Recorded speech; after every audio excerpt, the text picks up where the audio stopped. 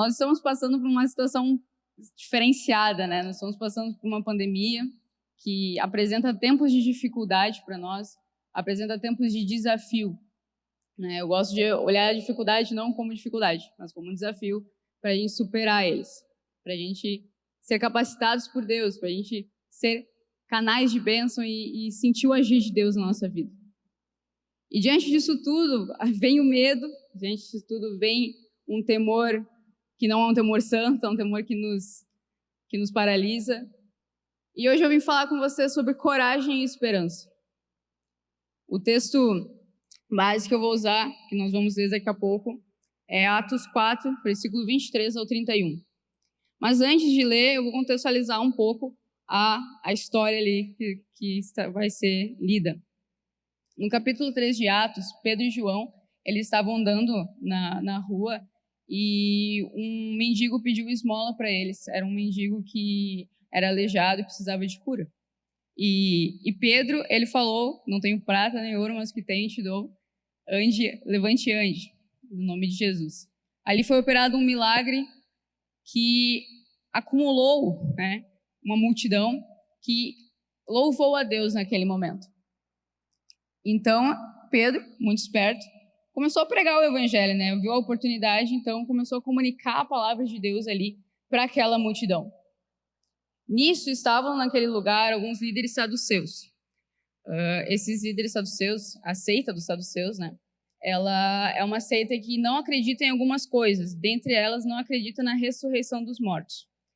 E já no capítulo 4, eles, na decorrência daquele discurso, daquela pregação, Pedro e João começam a ensinar sobre a ressurreição dos mortos em Cristo Jesus. Então isso incomoda aqueles saduceus. Então, eles prendem Pedro e João e começam um julgamento, começam a contestar eles com que autoridade eles pregavam, com que autoridade eles operaram cura naquele aleijado, naquele mendigo. E Pedro e João responderam, né? Pedro respondeu à pergunta do sacerdote, e no final daquele momento de julgamento, eles soltaram Pedro e João com, né, uma condição de eles não pregarem mais sobre Jesus. Eles não falarem mais sobre Jesus e, obviamente, Pedro e João negaram. Mas para não causar alguma confusão com aquela multidão, eles soltaram mesmo assim os dois discípulos. Então, vamos para o versículo 23, em Atos 4. Assim que foram libertos, Pedro e João voltaram ao lugar onde estavam os outros irmãos, e lhes contaram o que os principais sacerdotes e líderes tinham dito. Ao ouvir o relato, todos os presentes levantaram juntos a voz e oraram a Deus. Ó Senhor soberano, Criador dos céus e da terra, do mar e de tudo que neles há. Falaste muito tempo atrás pelo Espírito Santo, nas palavras de nosso antepassado Davi, teu servo. Por que as nações se enfurecem tanto? Por que perderam tempo com planos inúteis? Os reis da terra se prepararam para guerrear. Os governantes se uniram contra o Senhor e contra o seu Cristo. De fato, isso aconteceu aqui nessa cidade, pois Herodes Antipas, o governador Pôncio Pilatos, os gentios e o povo de Israel se uniram contra Jesus, teu santo servo, a quem ungiste.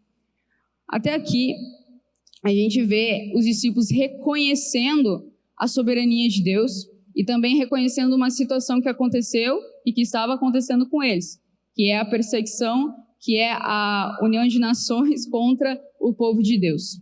Eles falam ali, eles citam Davi mostrando, né, lembrando que o povo de Israel sofreu guerras, o povo de Israel teve ataques de outras nações.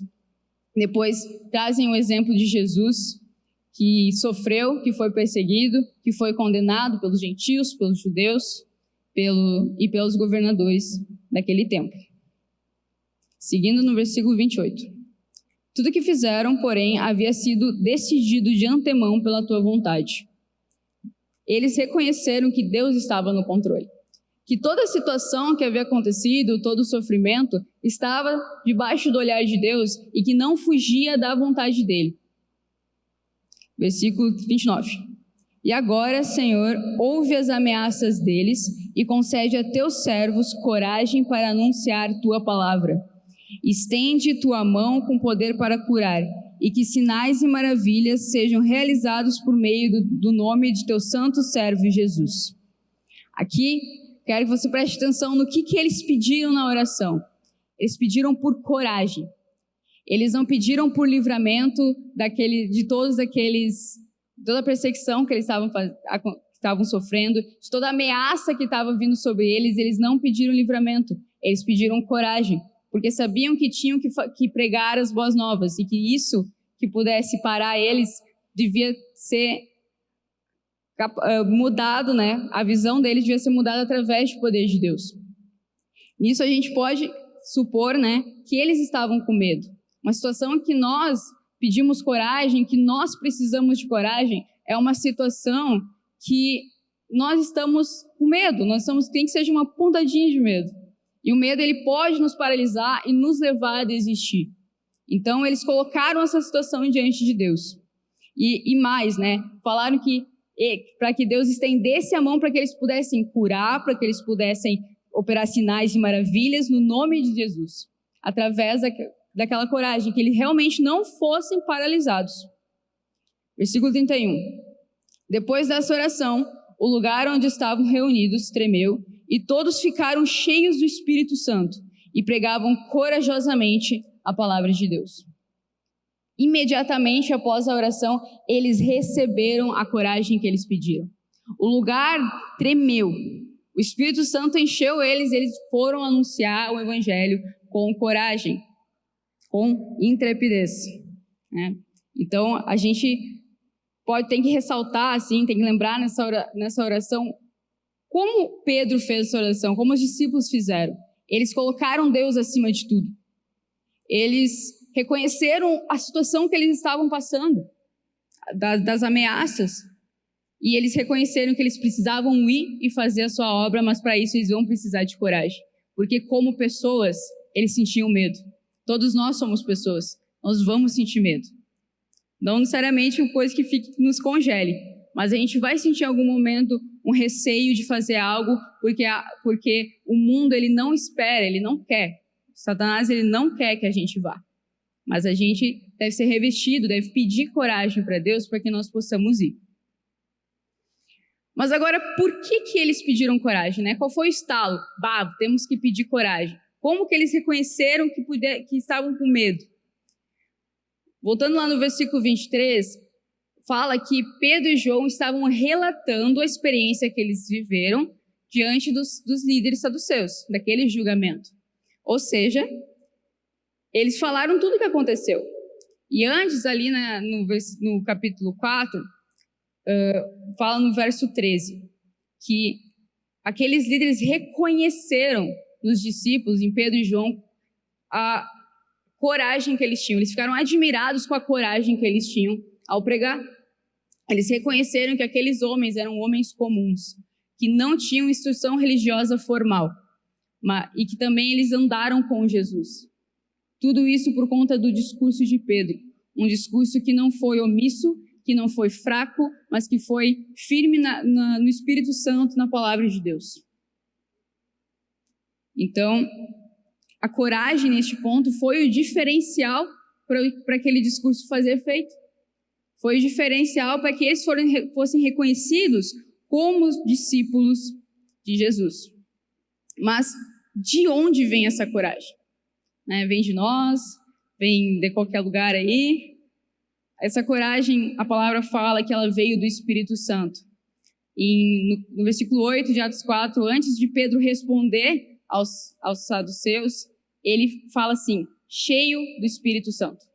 Fala que ele foi cheio do Espírito Santo. Aqui, depois, no verso 31, quando eles vão pregar com coragem, eles só pregam depois de serem cheios do Espírito Santo. Então, a fonte da coragem para pregar o Evangelho nessa situação foi o Espírito Santo. O Espírito Santo é quem deu o gatilho, que mostrou, vai, né? Que deu o empurrão. Mas nós podemos ter outras fontes de coragem, né? Nem todo mundo Quer dizer, não é todo mundo que tem o Espírito Santo. E tem muita gente que tem coragem que não tem o Espírito Santo. Nossa coragem, ela pode ser para salvar alguém, para proteger alguém que ama, para impressionar alguém que ama, para matar alguém. Pode vir de qualquer lugar, pode vir de quem nos ensina, pode vir de nós mesmos. Mas a coragem para pregar o Evangelho, ela necessariamente precisa ser coragem do Espírito. Porque essa coragem, ela faz nós nos movermos de forma assertiva. Quando nós somos movidos por nossos impulsos corajosos, muitas vezes a gente quebra a cara. Muitas vezes a gente faz coisas que não palpa o efeito que você quer, né? Não chega ao efeito que você quer com aquela ação. Enquanto o Espírito Santo faz com que chegue o efeito que você quer. Tem um bichinho aqui. O efeito que você quer com aquela ação. Então, o Espírito Santo ele vai te guiar com coragem para que você seja assertivo na pregação do Evangelho. Para que você conquiste o resultado que você quer. Que geralmente é o convencimento, né? A conversão, que a pessoa aceite a Cristo. E um exemplo dessas fontes de coragem diferente é do próprio Pedro, o próprio apóstolo Pedro. Lá, quando foram prender Jesus, Pedro sacou a espada e cortou a orelha de Malco. Não era o que Jesus queria. Ele foi cheio de coragem. Para sacar uma espada e cortar a orelha de alguém, precisa de coragem. Mas não era uma coisa que Jesus queria que ele fizesse. Essa coragem veio dele. Veio de toda a tempestuosidade de Pedro, que nós conhecemos. E não teve o efeito desejado. Jesus falou, por que tu fez isso? Não era para fazer aquilo. Agora, o mesmo Pedro, em Atos 4, ele fala com coragem e ele alcança o que ele deseja. Que era para ser ali a pregação do Evangelho. Não só na resposta para os líderes saduceus, mas também antes, quando ele operou cura. Quando ele pregou para uma multidão. A coragem ali veio do Espírito, a espada de Pedro ali foi a palavra de Deus. Porque ele estava guiado com a coragem correta, com o Espírito Santo. Ou seja, ele foi assertivo. Mas a gente precisa voltar de onde vem o Espírito, né? Jesus, ele enviou o Espírito. João 16:7. Mas, na verdade, é melhor para vocês que eu vá, pois, se eu não for, o encorajador não virá. Se eu for, eu o enviarei para vocês. Aqui Jesus, ele está explicando para os discípulos que ele vai voltar para o Pai. Né? E os discípulos não querem que Jesus fique. Mas Jesus explica que se ele não for, o Espírito Santo não vai vir. O encorajador não virá. E ele ainda fala que é melhor que ele vá para que o Espírito Santo venha. E ele enviou isso. E a versão que eu uso aqui, a NVT, ela traduz, ela chama, né, o Espírito Santo de encorajador. Essa palavra ela vem do grego, que também tem outras traduções para auxiliador e consolador, que talvez pode ser a que você tem aí. Ou seja, o Espírito Santo ele veio para incentivar, fortalecer, apoiar e capacitar a igreja. Esse é o significado da palavra encorajador. Né, da origem dela grega. Então, ele deixou para nós aquele que vai, aquele que nos capacita, aquele que nos incentiva. E essa coragem, ela desencadeia em nós um comportamento. Toda coragem vai fazer um comportamento em nós. Toda coragem vai fazer a gente se movimentar de alguma forma. E a coragem que vem do Espírito Santo gera um comportamento semelhante ao de Cristo. No versículo 13, os líderes reconhecem que Pedro e João haviam estado com Jesus, que Pedro e João eram discípulos de Cristo por causa da coragem com que eles pregaram. Quer dizer que a coragem que vem do Espírito faz com que nós tenhamos um comportamento semelhante ao de Cristo. Faz com que Cristo seja visto através dos nossos atos. Então, precisamos ser movidos pela coragem do Espírito. Mas agora, todos os nossos atos, eles têm um motivo, né? Toda coragem, ela vem por causa de um motivo. E qual seria o motivo daqui para pregar o Evangelho, para ter coragem? O motivo é a esperança. A esperança do cristão, a nossa esperança, ela está na salvação. Amém? Ela está na obra que Cristo vai operar, que já operou e que continua operando, que é a restauração da humanidade. A missão de Jesus é restaurar a humanidade. O reino que Jesus pregou é um reino espiritual, e o reino espiritual é um reino de restauração. E ele pede, ele faz com que nós tenhamos parte nisso. Ele nos convida a fazer parte da missão dele de restaurar a humanidade. Ele nos enviou o Espírito Santo para nós sermos corajosos e para nós lembrarmos da esperança, que a esperança é Cristo, que a esperança é a salvação, que o mal não vai prevalecer, que existe algo melhor. Né? Os discípulos iam e pregavam e não se importavam de ser presos, porque eles sabiam que o que eles estavam fazendo era por o melhor, que havia algo melhor, que aquilo era o melhor que eles poderiam fazer. Então, a esperança, ela dá a motivação para a gente agir. Ela faz com que nós tenhamos o olho no lugar certo, os olhos no reino, atentos ao que está ao nosso redor, mas os olhos no reino, os olhos na salvação, que movimenta, que faz a gente agir. E Jesus pede para a gente fazer parte nisso. Em Atos 4:32, a primeira parte do versículo diz assim: todos os que creram estavam unidos em coração e mente.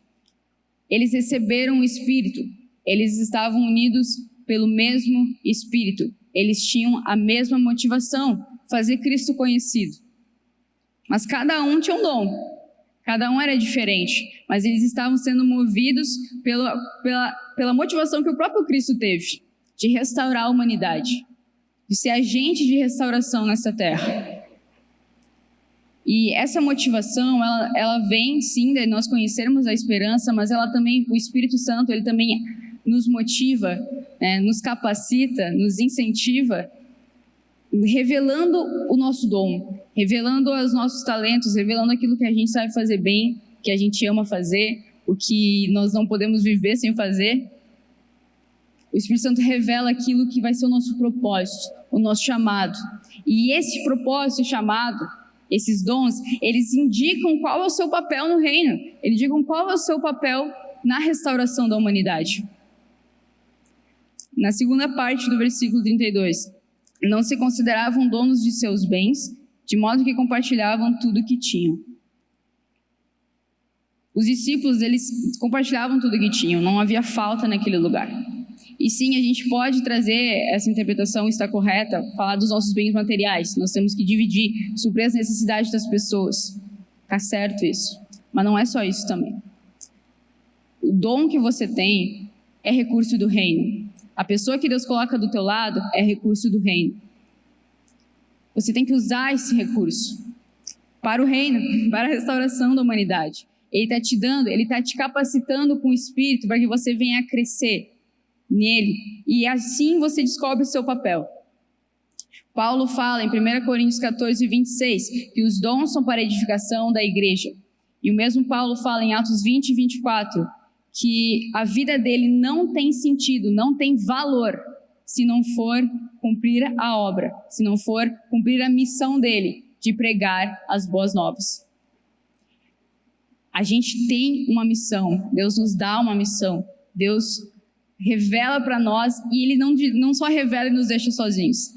Ele coloca o Espírito Santo dentro de nós, como poder, como capacitação, para que a gente se mova com coragem, para que a gente seja os olhos fixos na esperança, tenhamos o impulso do Espírito para ir fazer aquilo que nós fomos chamados para fazer, da forma que nós fomos chamados para fazer. Alguns foram chamados para pregar, alguns foram chamados para evangelizar, para profetizar, para limpar a igreja, para coletar a cesta básica. Enfim, nós temos chamados diferentes e nós temos que usar isso. A gente às vezes olha para os outros, né, e fica, nossa, eu queria ser assim, Deus, por que não sou assim? Mas é porque você é você. Você tem um chamado especial. Você tem um ponto especial no corpo. Você é um membro importante, que vai ter uma ação importante para a restauração da humanidade, para ampliar a missão, fazer com que a missão seja feita. Então nós temos que agir como agentes restauradores. porque a criação aguarda a nossa manifestação, como diz em Romanos 8.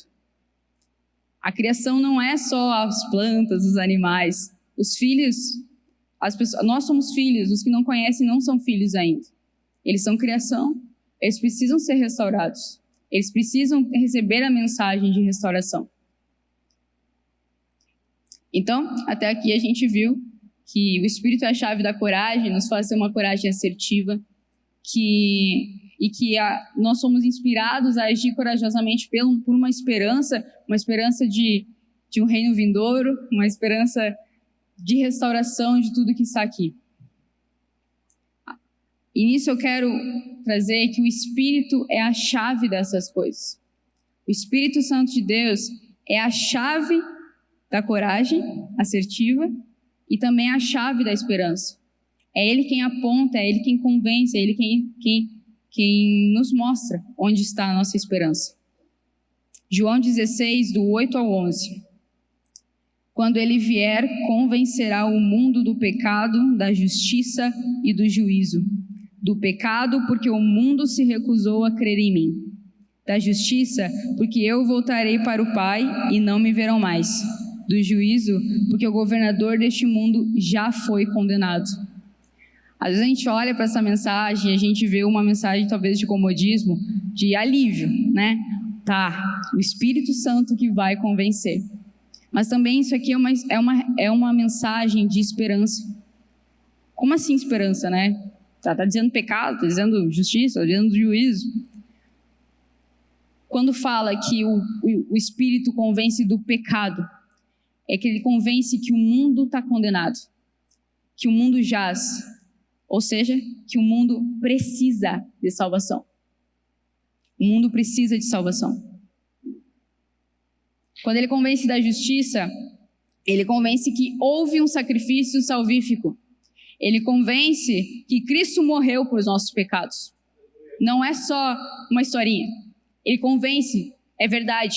Cristo morreu pelos nossos pecados. Aquilo que precisava ser redimido para que houvesse restauração já foi feito, o ato. Agora nós temos que nos mover, nos arrepender, né? E tomar posse disso, desse sacrifício, ser lavados pelo sangue de Cristo. E essa é a justiça, né? A ordem está sendo restabelecida através de Cristo. E ele convence do juízo. Ele convence que o mal não vai prevalecer. Ele convence que o mal já está condenado. O governante deste mundo já está condenado. Ou seja, o caos que a gente vê, as coisas que nos paralisam, o medo que nos gela, ele não vai prevalecer. Ele vai sair, porque vai haver um juízo. Satanás já está condenado, ele só quer levar mais gente com ele. E nós temos poder de Deus, nós temos o Espírito Santo para dizer, não, chega. É hora de nós irmos. É hora de nós pregarmos. É nós de pregarmos a esperança. Às vezes a gente se blinda e vai, tá, vou falar isso. E vai super formal, sendo que o Espírito Santo quer usar você da forma que você é. Os dons que você tem. Às vezes a gente conta os dias e fica se preparando, faz um ritual, sendo que tem que ser natural para nós. Por quê? Porque é o que está em nós que tem que sair. Tem que ser natural para nós. Tem que ser normal. Tem que ser o nosso normal. Falar das boas novas. Falar do amor de Cristo. Não ficar falando de condenação. Falar do amor, da restauração. Falar que tem restauração, que tem esperança. Só que muitas vezes nós nos pegamos, né? Não que nós argumentamos assim, mas a gente se pega agindo assim, que, é o Espírito que convence. Eu não vou fazer, é o Espírito que convence. Aí cai num comodismo, cai e fica só sentado. A gente tem que parar de usar a Bíblia como desculpa para o nosso pecado, desculpa para a nossa preguiça. A palavra de Deus, quando fala que o Espírito convence, mas ele precisa o convencimento, né? Voltando, o convencimento, ele se dá pela comunicação. Precisa haver comunicação para que algum fato seja convencido para alguém. E o Espírito, ele usa você para se comunicar, né? Alguns com fala, outros com sinais. mas Ele usa você. Ele quer usar quem está cheio para comunicar e convencer. Nós, como igreja, nós às vezes não ouvimos Ele. Quem dirá quem não conhece? O Espírito que está dentro de você é o Espírito que estava em Cristo. Estava dentro de Cristo. E Cristo fez tudo o que Ele fez. Em 3 anos. A Bíblia não diz tudo. E nós estamos há mais de 2000 anos com Ele. Para fazer mais. Para multiplicar. Para agir. Ele vai convencer, é o Espírito que convence, sim. Mas Ele quer que você faça. Você precisa ser canal de graça, você precisa ser canal de bênção. Nós precisamos ser canal de graça e canal de bênção. Para que as pessoas entendam, para que as pessoas recebam. Talvez alguém não receba de mim, mas vai receber de algum de vocês. Cada um tem um chamado, cada um tem um jeito específico que vai ser usado por Deus, porque o Espírito que estava em Jesus está dentro de você. É poder de Deus. E vai vir o medo. Estou avisando, vai vir o medo. Vai vir a pontadinha, né? Aquele cochicho, aquele pensamento que vai tentar te paralisar. Jesus disse que vai vir. Mas Ele também disse, João 16:33. Eu lhes falei tudo isso para que tenham paz em mim.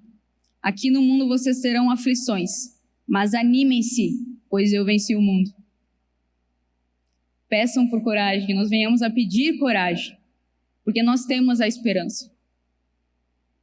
Nós temos os olhos fixos no lugar certo, em Cristo. Nós temos a esperança. Agora, precisamos de coragem para que a gente diga não para o medo, para que a gente faça o medo ficar bem pequenininho. Porque quem está em nós é muito grande. Quem tá em nós é muito grande, comparado ao medo.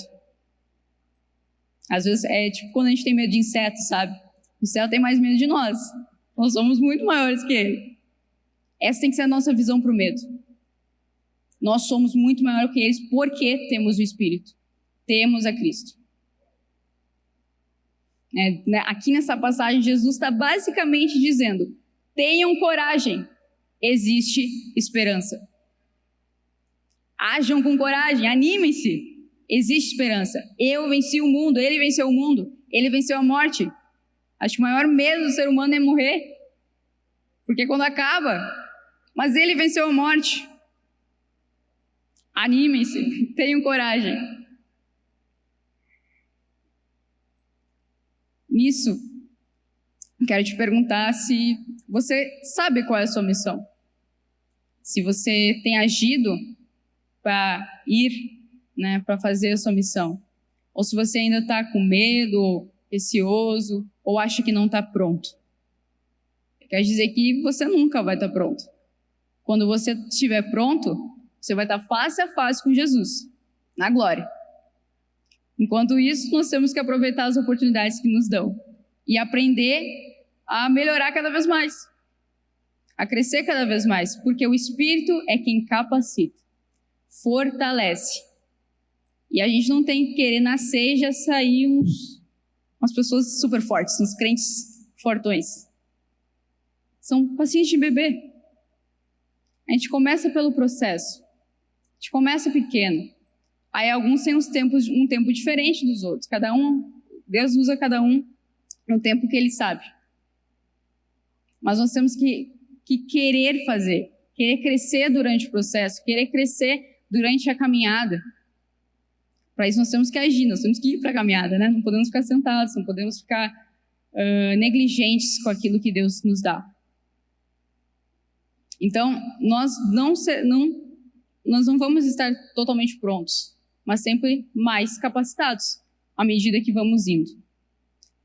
E às vezes também a gente coloca um fardo sobre nós, sobre as nossas atividades, de querermos ser perfeitos, de querermos fazer tudo com perfeição, né?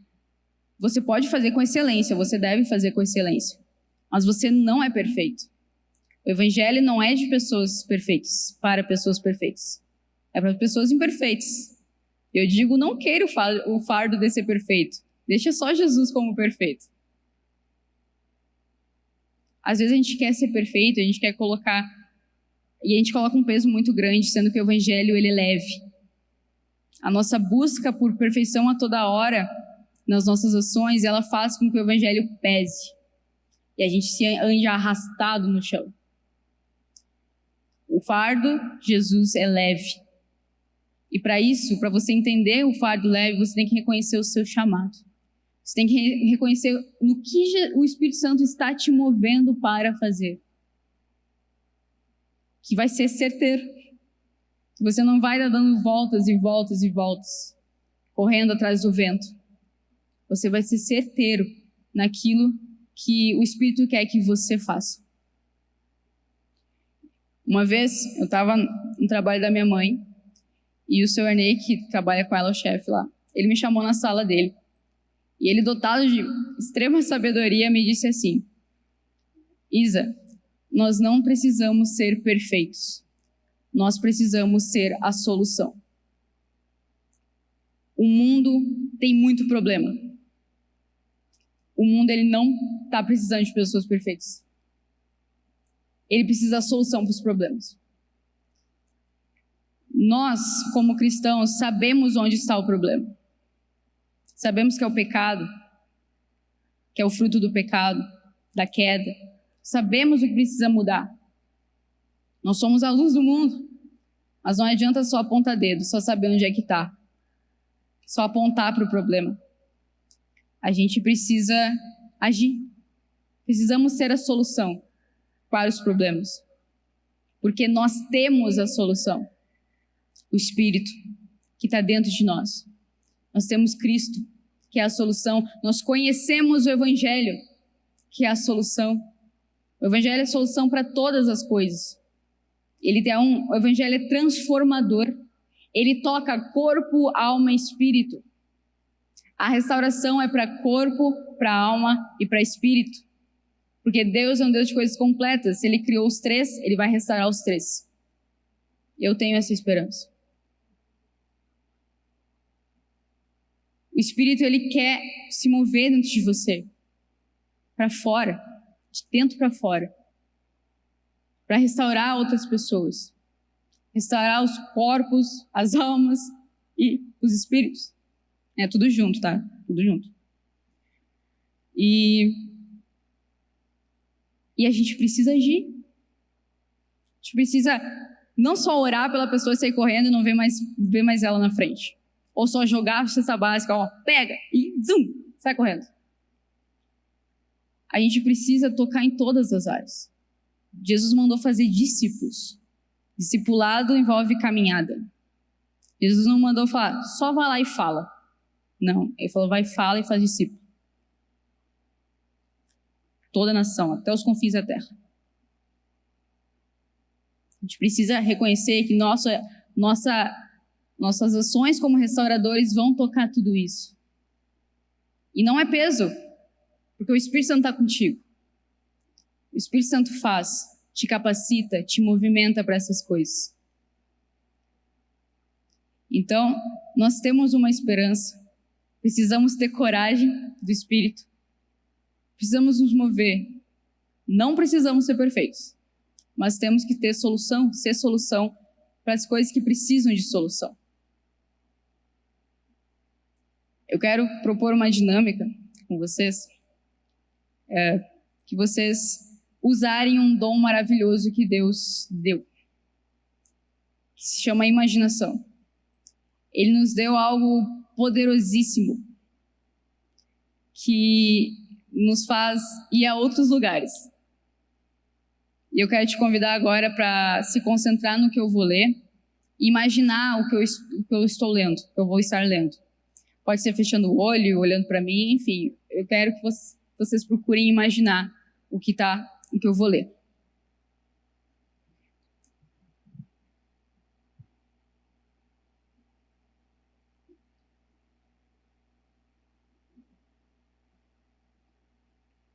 Preparados? Vamos lá. Você que está em casa aí também, se prepare. Então o anjo me mostrou o rio da água da vida, transparente como cristal, que fluía do trono de Deus e do Cordeiro, e passava no meio da rua principal. De cada lado do rio estava a árvore da vida, que produz 12 colheitas de frutos por ano, uma em cada mês, e cujas folhas servem como remédio para curar as nações. Não haverá mais maldição sobre coisa alguma, porque o trono de Deus e do Cordeiro estará ali, e seus servos o adorarão. Verão seu rosto, e seu nome estará escrito na testa de cada um. E não haverá noite. Não será necessária a luz da lâmpada, nem a luz do sol, pois o Senhor Deus brilhará sobre eles, e reinarão para todo o sempre. Então o anjo me disse: tudo que você ouviu e viu é digno de confiança e verdadeiro. O Senhor, o Deus dos espíritos dos profetas, enviou seu anjo para dizer a seus servos o que acontecerá em breve. Vejam, eu venho em breve. Felizes aqueles que obedecem às palavras da profecia registrada neste livro. Eu, João, sou aquele que ouviu e viu todas essas coisas. E quando as ouvi e vi, caí aos pés do anjo que as mostrou a mim, a fim de adorá-lo. Mas ele disse: não faça isso. Sou um servo como você e seus irmãos, os profetas. E como todos que obedecem ao que está escrito neste livro, adore somente a Deus.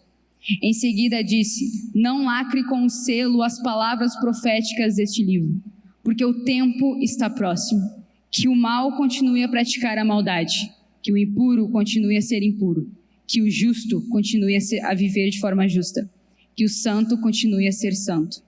Vejam, eu venho em breve e trago comigo a recompensa para retribuir a cada um de acordo com seus atos. Eu sou o Alfa e o Ômega, o primeiro e o último, o princípio e o fim. Felizes aqueles que lavam suas vestes. A eles será permitido entrar pelas portas da cidade e comer do fruto da árvore da vida. Do lado de fora da cidade ficam os cães, os feiticeiros, os sexualmente impuros, os assassinos, os adoradores de ídolos e todos que gostam de praticar a mentira. Eu, Jesus, enviei meu anjo a fim de lhes dar esta mensagem para as igrejas. Eu sou a origem de Davi e o herdeiro de seu trono. Sou a brilhante estrela da manhã. O Espírito e a noiva dizem: vem. Que todo aquele que ouve diga: vem. Quem tiver sede, venha. Quem quiser, beba de graça da água da vida. Declaro solenemente a todos que ouvem as palavras da profecia registrada neste livro: se alguém acrescentar algo que está escrito aqui, Deus acrescentará à pessoa as pragas escritas neste livro. E se alguém retirar qualquer uma das palavras deste livro de profecia, Deus lhe retirará a participação na árvore da vida e na cidade santa descritas neste livro.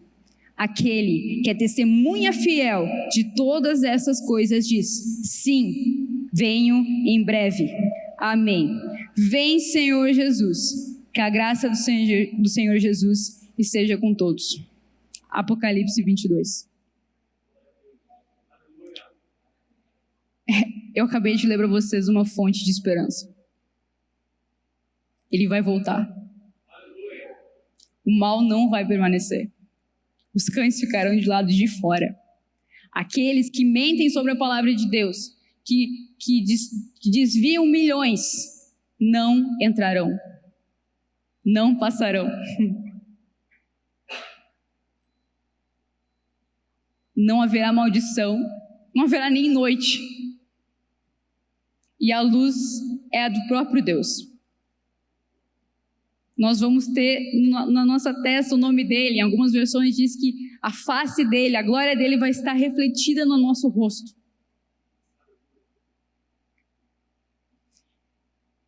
Há uma restauração que precisa ser dita. As pessoas precisam conhecer aquilo que nos faz olhar para o problema e sorrir. Conhecer aquilo que permite a gente ficar louco por coisas simples. Que nos move a ajudar pessoas que precisam.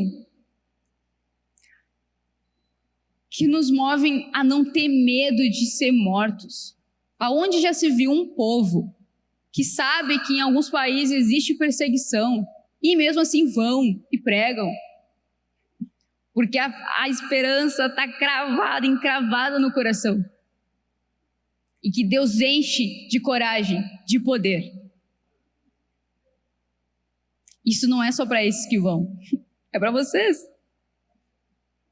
É para cada um, desde a criança mais pequenininha ao ancião mais experiente. Nós temos o Espírito. Não negligenciem o Espírito. Confiem no Espírito, porque Ele é Deus. Tenham gravados no coração de vocês, não precisa ser exatamente essas palavras, né? Porque é difícil gravar um capítulo inteiro. Mas tenham encravados em vocês a esperança de que Cristo morreu e ressuscitou, para que os pecados fossem perdoados e a humanidade restaurada. E o mal que a gente vê, o caos que a gente vê, que cada vez está ficando pior, ele não vai ser para sempre. O que vai ser para sempre é o reino de Deus e do Cordeiro. Nós temos esperança. E que se você pudesse estar um pouco triste, um pouco amedrontado, ou sem esperança, ou sem para onde olhar, olhe para Cristo. Ele é a tua esperança. Há restauração. Sua vida vale a pena. Olhe para o amor de Deus, que faz coisas loucas. Faz coisas que a gente não consegue medir. A gente expressa amor, consegue expressar o que é o amor de Deus com algumas palavras, mas eu quero dizer que isso não expressa nem um pingo. É muito maior do que a gente pode imaginar. Nossa mente não tem capacidade, não consegue. E Ele quer que a gente vá e pregue. Quando você tem uma boa notícia, você gosta de falar da boa notícia ou você fica para ti? Nem que seja para uma pessoa ou outra. Eu sou assim, eu quero falar para todo mundo. Nós temos Cristo. Nós temos um evangelho lindo. E nós podemos ser agentes restauradores de pessoas que precisam. Da criação, a gente tem parte nesse papel. Pedir que o Ministério de Louvor suba. Estamos encerrando. Quero que você agora reflita, né? Peça ao Espírito Santo que Ele te mostre onde está falhando, né? Nós falhamos. Onde está fraco? Qual é o seu medo? O que te paralisa?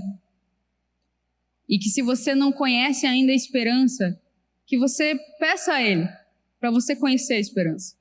Porque Jesus disse que tudo aquilo que nós precisar, Ele vai nos ajudar. Ele é o auxiliador. Se o seu problema é fé, você não consegue crer, peça. Peça o Espírito para que você consiga crer. Se você não consegue enxergar as esperanças, pede para o Espírito que Ele tire a escama dos teus olhos. Se você tem medo, pede ao Espírito que Ele mostre o tamanho do medo perto dele. É incomparável. Tenha coragem. Existe esperança. Amém? Então, você fique de pé, se ajoelhe se quiser. Coloque sua vida diante de Deus, coloque seu coração diante de Deus, para que Ele sonde as suas ações, sonde os seus sentimentos. E que nós possamos sair aqui hoje com a esperança renovada. Vendo Ele com a nossa imaginação. Amém?